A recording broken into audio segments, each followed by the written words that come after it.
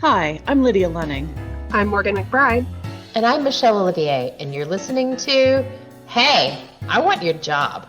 A look behind the curtain at amazing jobs and what it takes to get them.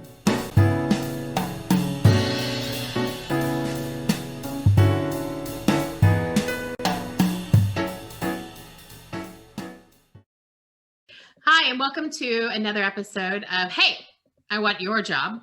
Today we're talking to the fantastic Rachel Fisher about her career and times working in the public sector and the almost public sector. And we will hear how she has formed that career and continues to do so. I have all the questions, Rachel. I'm super excited. Let's start with the easy stuff. What is your job title? Hello. So my job title is Deputy Director for Land Use Policy at the Department for the Environment, Farming and Rural Affairs, which is a UK government department. And if you can say all of it in one breath, do you get an award? So interestingly, this is like not even as big a mouthful as my last job, which had genuinely the longest job title I have ever had, ever in my life. And when I was doing like speaking events and I would try and introduce myself, I'd have to like take little breaks and like mark my speech so that I knew now is the moment when you can breathe. Wow. Okay, so you have this giant title for a giantly titled division. What does that translate into you doing? What do I do? Mostly I send a lot of emails and I spend a lot of time on Zoom. Okay. So, pretty much anyone can do my job. It's quite straightforward. It sounds very straightforward, really. I mean, yeah, great. My toddlers are great at Zoom. Should we sign them up? Well, we'll sign them up. I have a friend at GSK actually, and she and I often joke that we could probably she's a research scientist, right? She's a research biologist. Like we often joke that we could probably just trade jobs and no one would notice except for the accent. Like if we kept our cameras off, it'd be fine. It's just problem solving. So my day-to-day job, so I'm responsible for a team of about 36 to 40 people, depending on the day of the week and how many vacancies we've got. And that team leads government policy on land use, which effectively is how do you reconcile the tensions between different uses of land. So you have an acre of land, you could build a house on it, you could turn it into a farm, you could turn it into some sort of environmental preserve, you could turn it into a shop, you could turn it into a parking lot. How do you make those decisions? What are the policies that sit around that? And how do you bring that into line with wider government policies as well? Well, that's what I do. In no way could any of that ever be controversial or it's fraught really with multiple conflicting needs. So I feel like you have an easy job. That's my big takeaway from all that. Good. Yeah. So gauche question. Everybody always asks, how much do you make? We do not expect a number, but how do you respond when asked that? Well, so I'm British now, so no one would ask me that. But you still know some gauche Americans who occasionally are brazen enough. So I do. So I think the thing to say is if you want to work in the public sector and if you want to work very close to where the power is and have genuine influence over how things work, you're not doing it for the money, you're doing it because it's important work to do. So I'm comfortable. I have a life that I am happy living. I live in London. And I'm lucky enough to be able to afford to live in London, which is one of the most expensive cities in the world.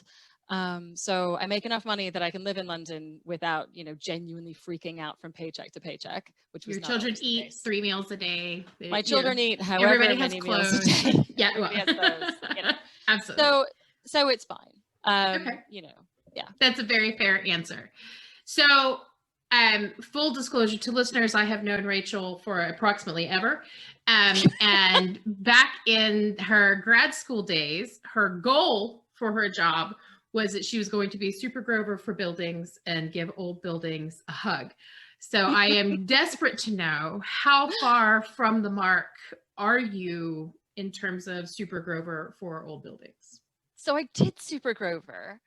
That was kind of my last job. So you've ticked that bucket list item. And if we were putting Yeah. it back in the Muppet verse, what are you What now? is the job now? Oh my Mhm. God. I'm probably Kermit, I guess. Like, Oh. not easy being green, you know? Uh, But green is the color that I see. Like, so basically, so what happened was I went to grad school in London, where my boyfriend, now husband, now father of my children, was living, and I studied urban regeneration. And I was really surprised at the University College London, and I was really surprised that master's didn't involve more old buildings, because I thought I'm moving to England where the history is. all the old bricks. All Absolutely. the old bricks, all of the old buildings. And it was really an interesting course. There was a lot more kind of like town planning than I had previously thought. Anyway, and I was really interested in, how do you reuse old buildings? How do you bring life back into them? And how do you kind of situate that within the wider context of a town or a city, that use of those buildings? So my last job, I will give you the full job title because it is very long. So I was the Deputy Director for Regeneration and Investment in the Cities and Local Growth Unit, which is a joint unit between BASE, the Department for Business, Energy and the Industrial Strategy, and MHCLG, the Ministry for Housing, Communities and Local Government. Wow. No. Yeah. So so that job for kind of Deputy Director of Regeneration and Investment was in pretty much every way the dream job I would have had if 22-year-old me had known that job could exist. That would have was the dream job. And then I realized that after kind of 2.5 years of doing some quite big stuff, we went from having no money for regeneration to having 3.6 billion pounds for regeneration in a year. And that was not uncontroversial. And then I realized that I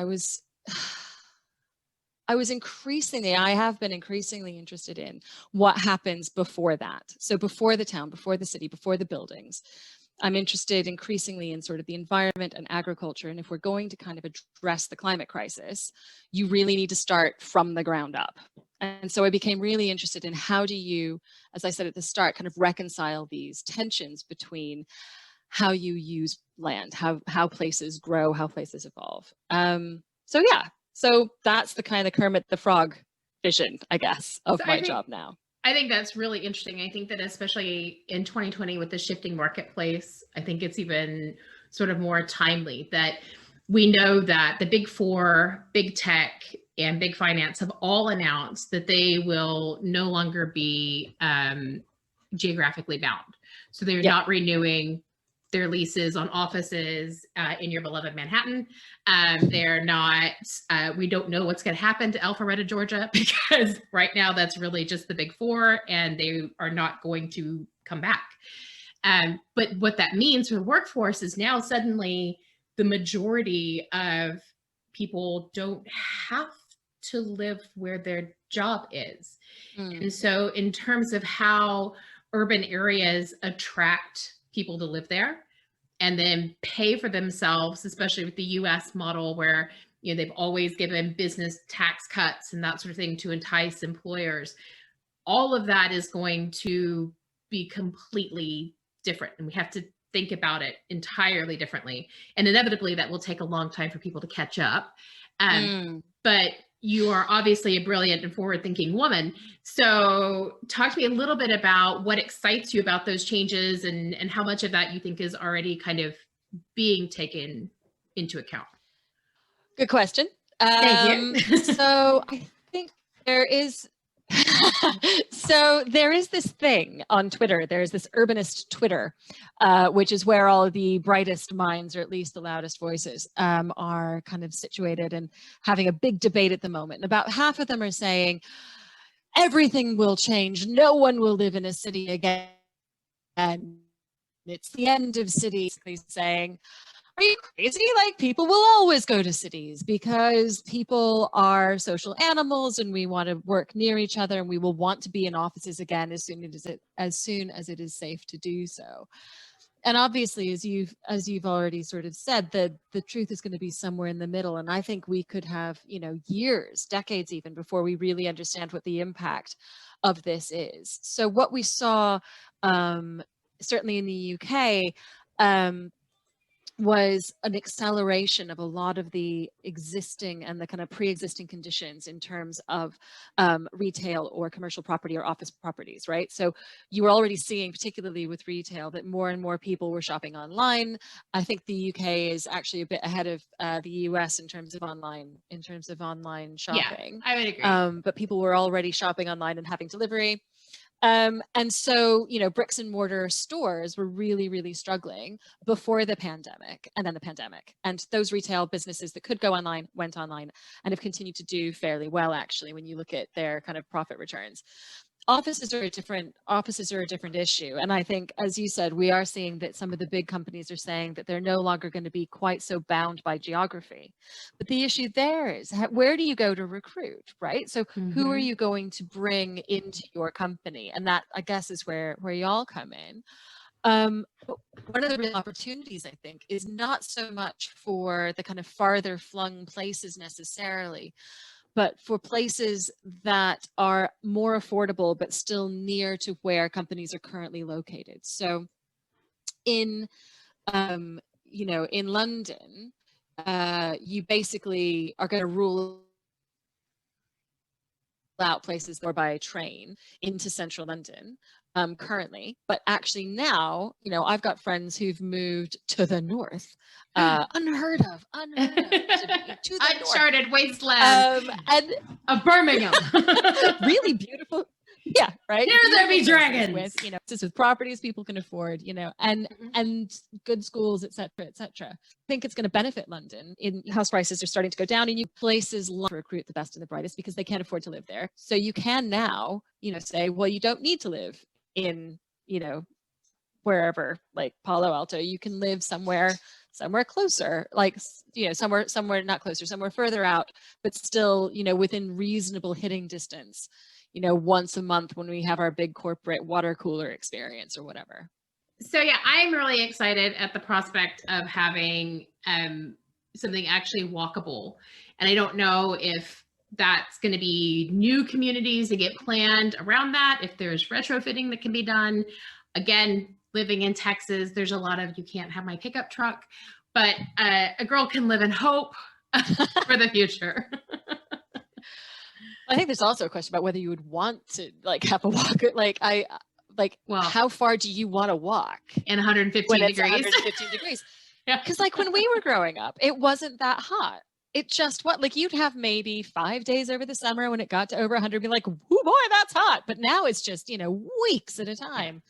And so I think the climate emergency is a really interesting test of walkable cities, walkable communities. So the rise of the southern states in terms of their tech dominance, so places like Austin, places like Atlanta, these places were not possible for this kind of work until air conditioning.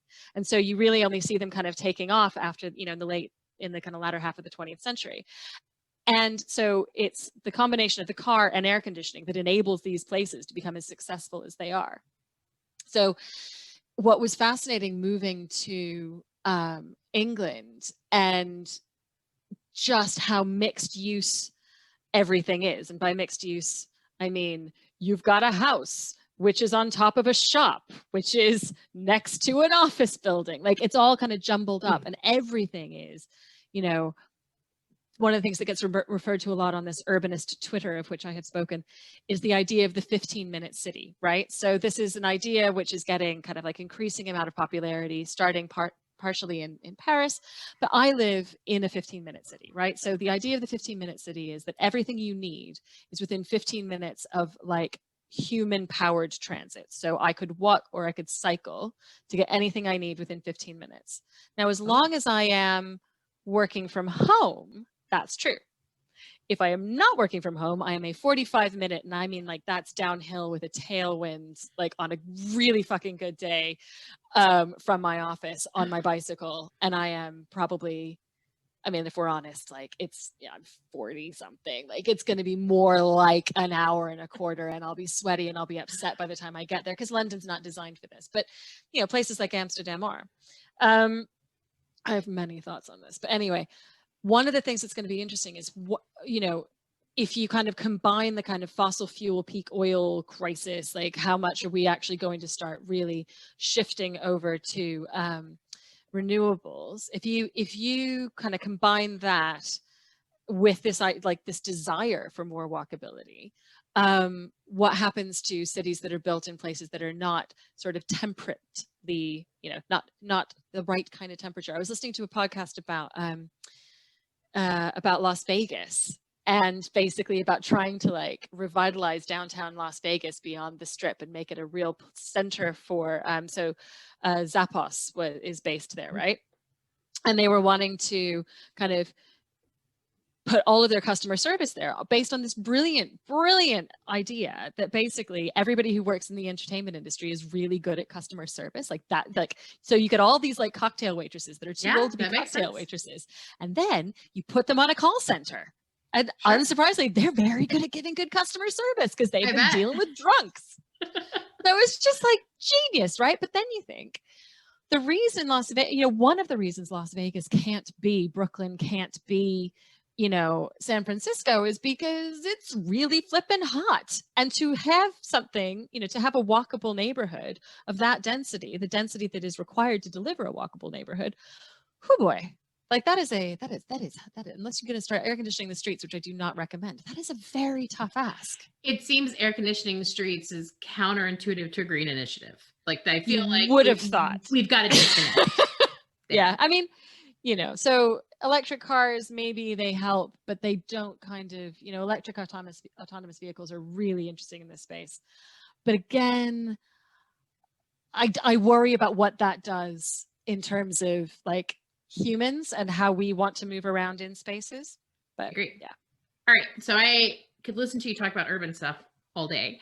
Excellent. But technically, this is a podcast about, I know this, you get paid much money to do this, maybe. Not much money. So I want to focus a little bit about how you got there. And there is so much, I think, bad information about public sector work and how you get it and what that looks like. And I know that you have been subjected to some of this because you are a naturally fabulous networker. Not everybody is. And people who are not tend to be like, oh, you're good at that. You don't have a problem opening up your Rolodex to me.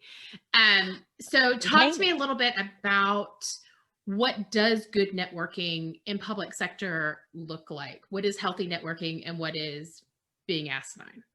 Yeah. My top tips on this are like, be nice to people. Like just, don't be a dick. Number one networking tip, don't always be a dick. A win. Always Number a win. two networking tip, do not think about what's in it for you. If you constantly approach people assuming that you are going to be able to get something from it, you have failed. This is a relationship. This is about reciprocity. Yeah. And the people that are the best at that can get a lot out of it, ironically. So if you go into something not expecting to get stuff out of it, you tend to get a lot more than if you go into something saying, hi, I'm really interested in your contacts. I'm really interested in your network. And can you please tell me about this, this, and this? It's like, I will give you some very limited information and then pass you on to someone who's a much softer touch than me because I've got stuff to do, but thanks for playing. And I say that as somebody who has been a very soft touch in the past. It's just nobody has that kind of time for like really self-interested people who I probably don't want to hire. If you're really just interested in what you're going to get out of a situation, I probably don't want to hire you either. So what do you want to hire when because you have a team of 30-ish, you said. Yeah. So what do you want?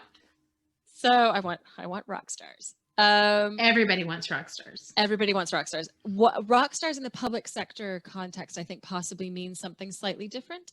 Okay. So I need people who are going to be genuinely curious able to go out and find information themselves, people who are lateral thinkers and can start to kind of ask really kind of first principles questions about a problem.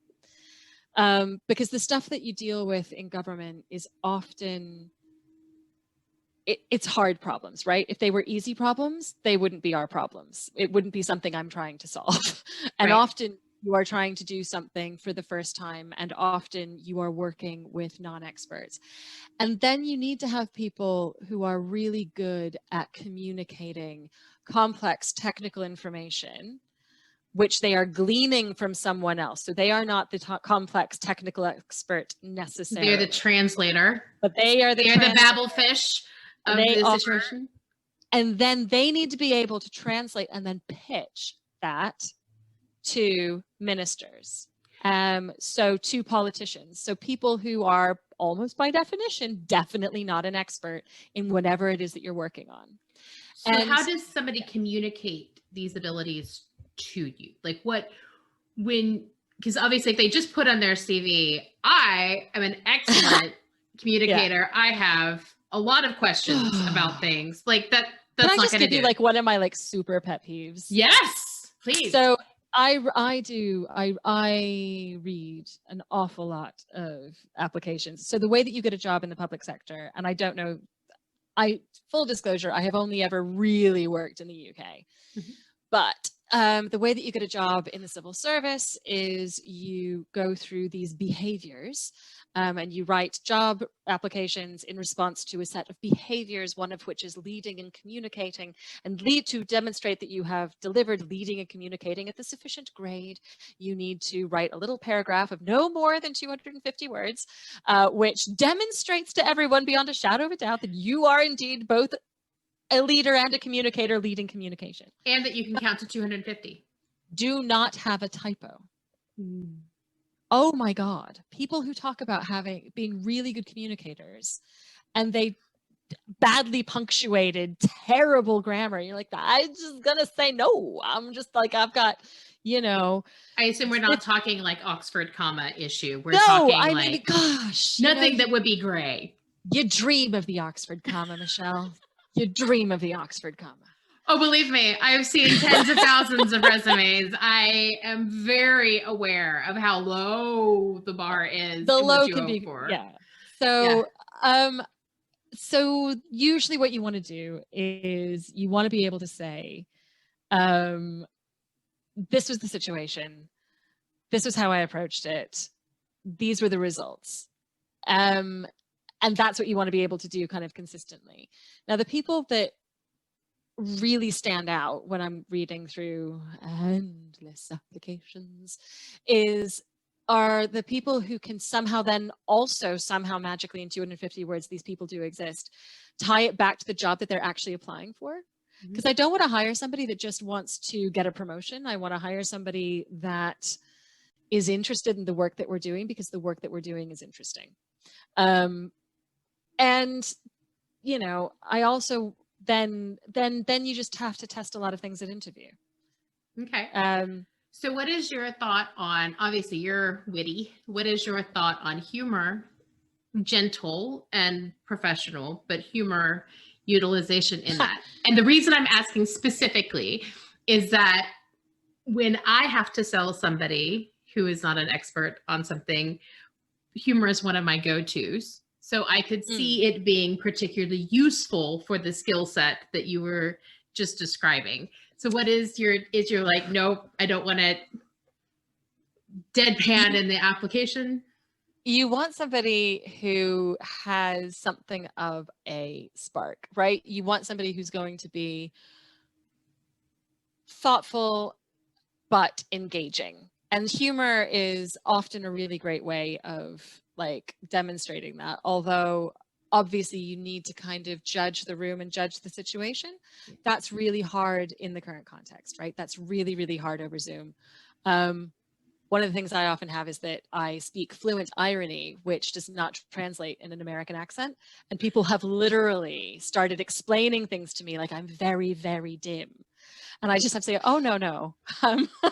I understood. Oh, I can see why you were confused because of the accent. But No, no, no, it's fine. Yeah, it's really hard to judge that kind of humor moment. It's really Mhm. hard to kind of get the timing right over Zoom and in a group meeting. You also want to be clear, particularly where what we do, often, you're working with very senior politicians, and you want to know that they'll be able to handle them. Yeah. Or if they'll not, and that depends on like where they are, right, in the pecking order. Like, so one of the beautiful things about the civil service is it's the most hierarchical organization, possibly short of the actual military. And it took me a few months to work out that that is kind of part of the beauty of the civil service, and also that it's there to protect you, right? So you have different levels of accountability and responsibility, and there are points at which you just sort of say, it's okay. That's out of my pay grade. Or I'm gonna take, or more often than not, I'm gonna take the heat for that. Mm-hmm. Yes, you screwed up. That's okay. I'm taking the heat for that because that's my mistake for not having caught in the first place.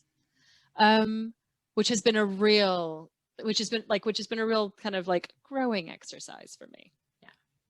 I think for every manager, there's those moments where your person screws up and you just have to walk into that room and take it on the chin. And I imagine it happens more often in the civil service, but it absolutely happens everywhere. I have certainly taken many on the chin for my stuff over the years, with varying degrees of absolute righteousness that I don't actually think it was a screw up on their part, and I will stand by what they did, and all the way down to, dude, I'd have sacked him for it if I could have. There's always that moment of, I also am unclear as to why this has happened in quite this way, but I'm pretty sure we can fix it. Yeah. So, I have a plan for how we're going to redirect the situation. Yeah, that's one of my go-to for, we're redirecting the situation. Mm-hmm. I like it. Absolutely.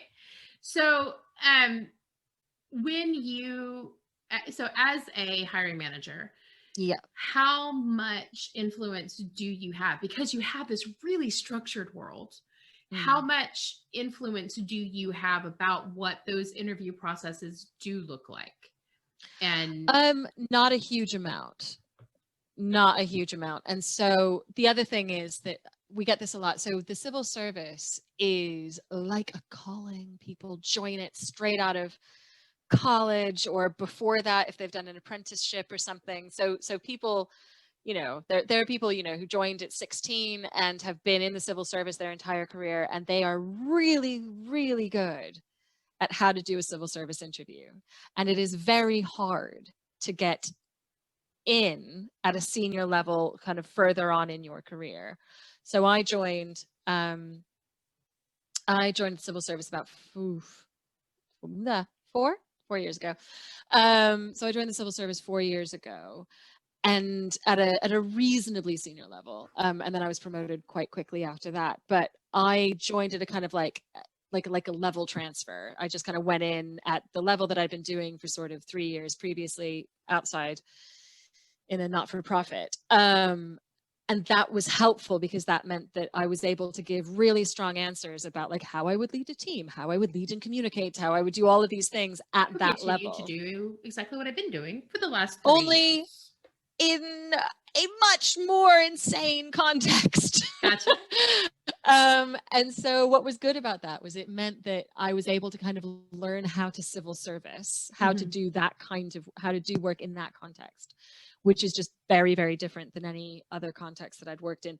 Even though I'd spent 15 years working kind of civil service adjacent, it was like just total baptism by fire, total immersion. So I think it's really interesting that a lot of my executive clients, especially like the big four, those kind of people that are twilighting, there's this real perception that, I've done my time making all the money.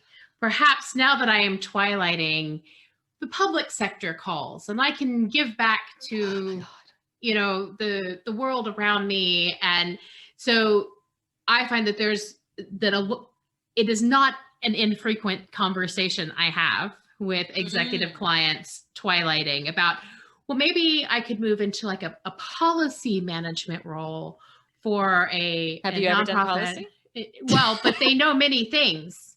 Good. Many things. No, I'm so glad. Mm-hmm. So like CFO clients, or especially people who have been like executive level consultants for like the big four. They're like, maybe public sector calls. What are your is that something you have experienced? And B, what is your thoughts on that? Oof. Politely. Policy is its own thing. It's not magic. It doesn't take the biggest brain. It takes basically being able to ask a lot of insight. It takes being able to ask a lot of questions and try and work out what different answers are. So if you go into it with the spirit of inquiry and the understanding that in my twilighting, I want to try something different, sure. If you think that it's an opportunity to go and kind of like sit back and rest on your laurels because things move really slowly, that is not the case. That is not the case. So government makes an announcement. 6 months later, we make a follow-up announcement, which is really just, if you read closely, a lightly updated, tiny update of a version of a thing. And things move really, really slowly from the outside. From the inside, things are moving extremely quickly. Every deadline I have is, why didn't you do that like 3 days ago? Because I didn't know it existed until 2 days ago, and and I think that, and this is true in central government. It's also true for my friends who work in local government. I've got a very, very good friend, also fellow Texan, who's been living in the UK for 20 years. And she was quite senior at a big property company, one of the biggest in the UK. And she then went to a local authority, and she's now running it, basically.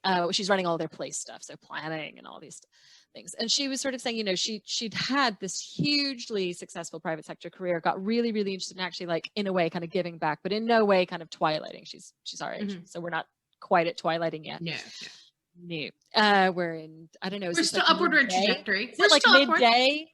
Midday? Yeah. Okay. So anyway, it's practically brunch. Like, we're practically at brunch. So anyway, so she goes in, she's just like, my God, I thought I worked hard. I thought I had a lot of responsibility. I was very unaware of how much more responsibility I could actually have. And it's interesting. We do a lot of, I have a lot of consultants from the Big Four who come in and do some consulting with us. And that's helpful. So I think one of the things is getting the balance right between people that have private sector experience, dyed-in-the-wool public sector experience, and then kind of subject policy expertise. If you can play that right, you get a really, really strong team. And what I'm always trying to do is how do I kind of balance out my weaknesses? How do I balance out the things that I'm not very good at? There are things. I know it's hard to believe. There are lots of things that I'm really, really bad at, and I need the team to be really good at them. And similarly, you don't want too many me's on a team, because that would, if nothing else, it would just be very loud. I think that for me, I was talking about this with my husband the other day, that I think that one of the things that, as you get older and more mature in your career, that you get more zen with, is that there's a whole list of things you suck at. And that's just... Do you just stop trying to get better at them? It's not even that, but like, you just know, right? Like that. Yeah. I have tried, I've been on every course that there is to fix the thing. I have tried all of the techniques. And yes, if I really focus and I really knuckle down, I can do that. But on day ending and Y, there are so many things that I am better at than that. It makes way more sense for me to focus over here. And like, when I was young and more obnoxious, I really struggled with saying, I don't know, professionally, or saying, oh, I'm not good at that. And now I have zero problem saying to anybody, I have no idea, but I know how to find out. Yep. And saying, I am not the best person for that project, and here's why. Here's what we can do to work around it. And I think that kind of self-awareness, at least for me, I don't ever wish to sound ageist, but I can't find for me at least, it's just been years of doing it that's got me there. Do you know what I mean? And I don't know a shortcut. I'm sure there are younger people who are just more self-aware. Maybe I was slow on the curve and so was my husband, but definitely that's kind of our takeaway on that. Yeah, I mean, it's interesting. I feel like, people talk about the millennials and the snowflakes. We are millennials. We are. I am not. I am the exennial. Well, yes, you and I are technically we are cusp. Yes. We are cuspers. I like to round up. We're millennials. Yeah, all right. The younger millennials, if I can put it that way, the younger millennials, those in their sort of like early mid 30s. I have just been blown away by particularly the people in my team who are, say, 10 years younger than me. So they're a bit further behind in their career. They're still kind of working their way through it. I've been hugely impressed by the level of self-awareness. I mean, sometimes like genuinely painful levels of self-awareness where it's like, dude, you are much better than you think you are. This is like, come on, we can do this. But also just like, these are my strengths. These are my weaknesses. I'd like to play to my strengths, please. Or I feel like I need to work. Please don't beat me up because my weakness. Just let me roll with it. Or the ones, and the ones that I never quite know how to deal with are the ones who are like, I know that this is a weakness of mine, so I really need to work on it. I'm like, but do you though? Like, so like, let's just own it. I've just accepted that I really hate Excel as a program. I find it counterintuitive and annoying. And the thing that I hate the most about Excel is people who use it as if it were Word. It is not. You are never, ever going to sort by that column. You what you're looking for is a table. You're looking for a table. And I don't want you to put a table in Excel because it's hard to read and it's annoying and you are never going to use the functionality. So just make it stop. Sorry, this might be a thing. This is clearly a thing. Have you tried embracing Tableau or Glass? Public sector. Although we used a Miro board once, it was very exciting. So I've now gotten to the point where I say to my team, if it's in Excel, it is unlikely that I will read it. If it is something you need me to read, please copy and paste and put in the email. Thanks so much for playing. And the team, I finally got to the point, like in this job where I've been brave enough to just kind of go, I've got things that I don't enjoy. This is one of them. Please, can you just put, because inevitably it's like 2 sentences that I'm supposed to sort through an entire spreadsheet for. And now it goes much more smoothly. And that's kind of, again, that's knowing yourself. That's knowing how you work best and having the confidence to say, can you do it this way, please? One of mine is the chat programs, because we're all remote. So I'll like come off of a call and I'll have like this 9-mile long paragraph that one of the staff has typed. And I'm like, once you left 2 lines, I quit reading. So if you need me to engage with that information, you're going to need to either call me or send that in an email, ideally with bullet points, because the way it gets crammed into the little bitty chat. Or also like, in my last job, we used Teams a lot, and you ended up with like these like ongoing chats about a project, and you'd come back, you'd come back after a couple of hours and there would just be all this stuff and you're like, oh my God. And I'd be like, can somebody please catch me up? Is there any vital information that you might wish to email me? It's like, well, we asked you to sign off this thing. And I was like, when? 4 hours ago, and like whatever, 685 GIFs previously. It's like, yeah. Oh no, I feel you completely. Absolutely. So I think all of that is tremendously interesting and insightful. So Thank you. one of the other questions that I have is, you may be aware that policymaking and public sector have a really bad reputation for being exceedingly beige. Beige. Beige.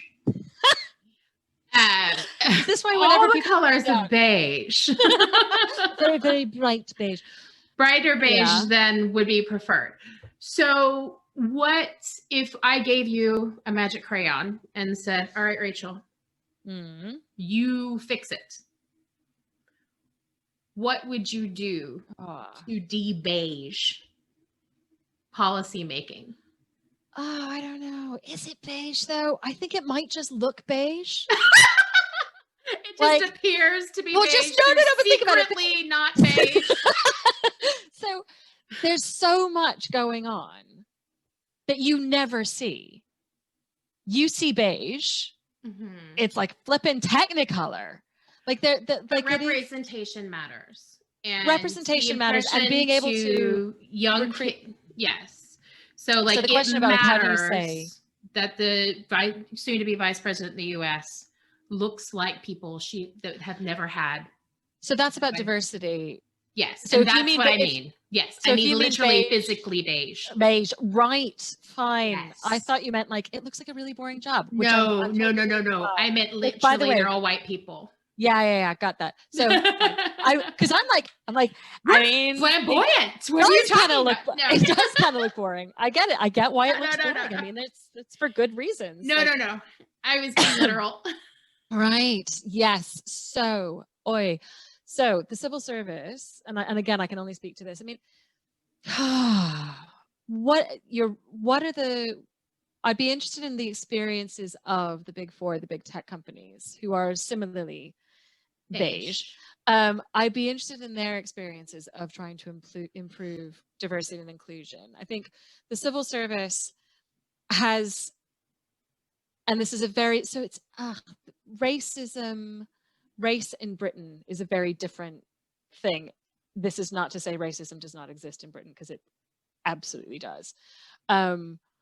It's partially secondary to class, which is a whole thing in Britain, which is just a whole thing. But the civil service has been doing a huge amount of work on diversity across a range of things. So, from representation of women in senior level positions to trying to have a broader mix of, Black and minority ethnic backgrounds, all of that kind of stuff. So they've been, and also importantly, doing a lot of work on social mobility. So doing a lot of work of saying, you don't need to have been to Oxford or Cambridge to work in the civil service. You don't even need to have been to university to work in the civil service. Like many, many different options are available to you. And I think one of the things though is that sometimes, I was going to say it's tough, but it's like you're not working hard enough, right? So this is one of the things that I feel quite strongly about. It is hard when you don't see people that look like you, or that sound like you, or that have the similar kind of like life experiences. But the reason it's important to have a broader diversity in the public sector, and particularly in the upper levels of the public sector, is that you are making policies which impact on absolutely everybody. So the things that we do impact people's everyday lives. So they kind of need to come from a lived experience which reflects people's everyday lives. What I would say is that my experience of the civil service has been really kind of actively seeking the difficult conversation. Like people have been actively seeking the difficult conversations, actively kind of saying, okay, right, well, how do we broaden out our recruitment net? How do we hire people that don't look like us? How do we make sure that we're building these broader teams? I do think that it hasn't been as immediately obviously successful. If I look at the amount of time, thought, and energy people put into this, like the effort to impact Not a great ratio ROI here. doesn't feel great to me. And this is something that I've spent a lot of time kind of trying to think through. Mm-hmm. And I don't have the answer to that. I think, yeah. So it's really interesting because we're asking all of our guests these kind of questions, and obviously I talk to clients, et cetera, about it. And consistently, one of the things that we hear is that I'm all in on diversity and would love for that to happen, but I hire at this level. Yeah. And I can't hire here people who don't have Yeah. the skill set. And the problem is that here we don't have enough diversity of people getting the skill set that they need for here. And I feel that. It feels very circular though, doesn't it? It's extremely circular. And then the other thing that I hear is, oh, well, you know, we interviewed women, but they don't perform well in interview. And my response is, So the entire business world has taught these women that if they are opinionated, if they are straightforward, that they are looked down on, that women are taught to be nice in work and not efficient in work. And then you, in 5 minutes on an interview, are now penalizing them because they're nice, being what the entire business world has taught them to be. So if you want to see something other than what the world around them has taught them to be, you have to change how you interview to let them know that this is a safe space where they are, for once in their professional life, potentially encouraged to be something else. And I think that sort of, and the hiring managers I've talked to have all been like, that didn't even occur to me. That, and not in a, like, these are not mansplainers. These are not, you know what I mean? Like, these are people who are, you know, definitely male feminist advocates. And it just doesn't occur to them that the societal experience of those candidates changes the way that they're going to present. And I wonder if with something as structured as a civil service application and et cetera, that you're having the same effect. Does that make sense? Yeah, absolutely. And I think there's a whole bit of the cabinet office, which is like the central civil service bit, who do the thinking about how we diversify the civil. They think very hard about how we diversify the civil service, and that's why they've changed from competencies to behaviors that are totally different, totally different, but exactly the same, totally different. And it's one of these things where, like, you can get very frustrated by how slow change is. And I am all, and I am not, as you are aware, a particularly patient person, but which is one of the ultimate ironies for me of you being in public sector space, just for the record. What do you mean?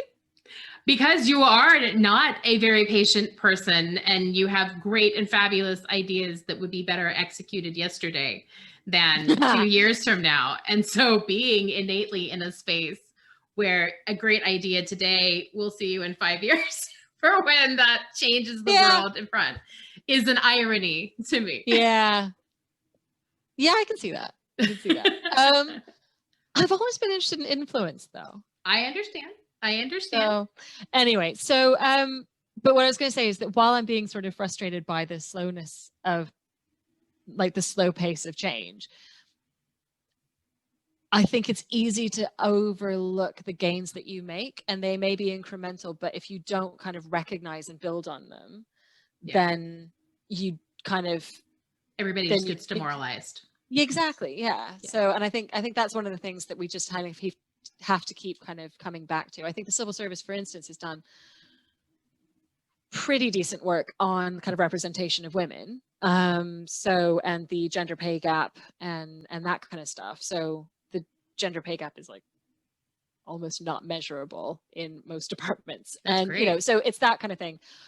But is it enough? Is it good enough? No, it's not. Do we have to keep working? Yes, of course we do. But yeah. So what I heard is we just need to get you that magic crayon. Oh yeah, the magic crayon. You'll fix all of it. Everyone will be purple or green, like my Kermit job. Well, there we go. So that is all the time we have. Thank you so much for answering My all of the pleasure. questions and being fabulous as always. If anybody would like to get to know more about Rachel, we will have links to her and her Urbanista Twitter in all the show notes. So you can join into that fray if you're feeling brave. If you need help with any of the resume application form or interview writing preparedness, things we were just talking about, feel free to reach out to us at ONH. And thanks very much, Rachel. Thank you. You've been listening to Hey, I Want Your Job. For more on how you can get your own awesome job, visit ONH Consulting at www.onhconsulting.com. We offer incredible resumes, no-nonsense career advice, and real-world tips for landing a job in today's market. Check us out on LinkedIn, Twitter, Facebook, and Instagram for more insider info. Soon you'll be hearing us say, I'm Morgan McBride, and I want your job. and I'm Lydia Lunning, and I want your job. And I'm Michelle Olivier. And hey, I want your job.